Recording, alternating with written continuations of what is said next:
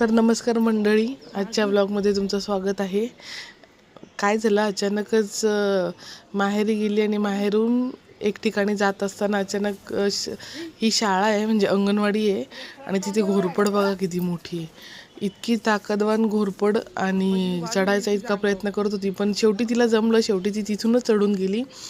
पण इतकी चप्पळ आणि असं म्हणतात की घोरपड चावत नाही, ती ना तिची शिपटी मारते आणि इतकी जोरात मारते की माणसाचा जीव पण जाऊ शकतो, असं मी ऐकलंय, पण कधी पाहिलं नाही आहे.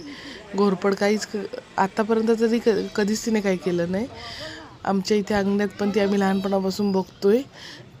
खूप वेळा येते जाते फिरते आणि ॲक्च्युली घोरपडीला आपल्याकडे देवाचं रूपच समजलं जातं. कारण मी खूप लोकांना जेव्हा हा व्हिडिओ दाखवला तेव्हा मला खूप लोक असं म्हणाले की अरे वा, चांगलं आहे, घोरपड दिसली, तुम्हाला दर्शन झालं, चांगलं आहे, असं म्हणत होते.